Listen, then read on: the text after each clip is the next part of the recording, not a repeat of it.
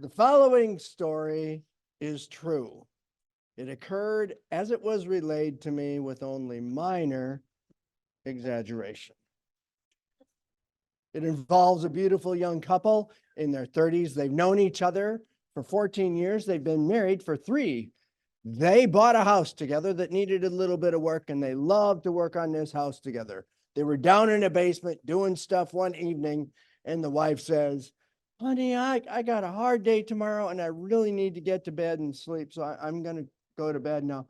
Sure enough, Muffin, you have a really good night. She goes upstairs, and he's looking around down in the basement, and he notices that the placement of the speaker on the wall really isn't what it needs to be. It needs to be about 6 inches over. So he goes over and he measures it and he hammers a nail into the wall, and then he had another, and then his cell phone rings, and it's his wife. And she says, I'm really, really tired and I need to get some sleep tonight. So I'd like to get some sleep. Sure thing, honey bunch. I hope you sleep really well. Really love you. Click. And then he looks around and says, that picture has got to move because that speaker just got in the way. So he goes on, and he hangs up the picture, and his phone rings again. And she says, dear, I think I mentioned that I need to sleep here. I really need to get my rest for the next day. Absolutely, sugar. I hope that you sleep really well. Love you so much. Click.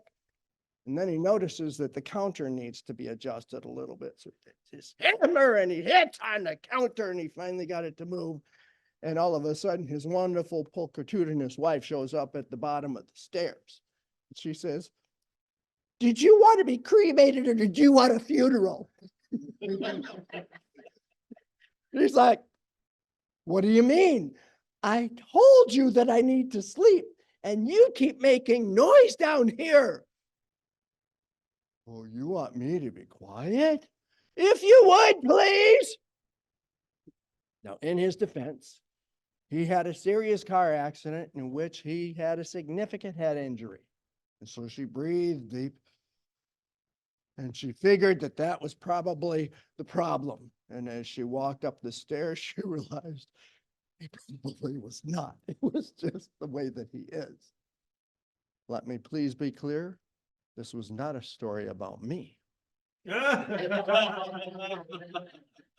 it could have been, Mr. Toastmaster.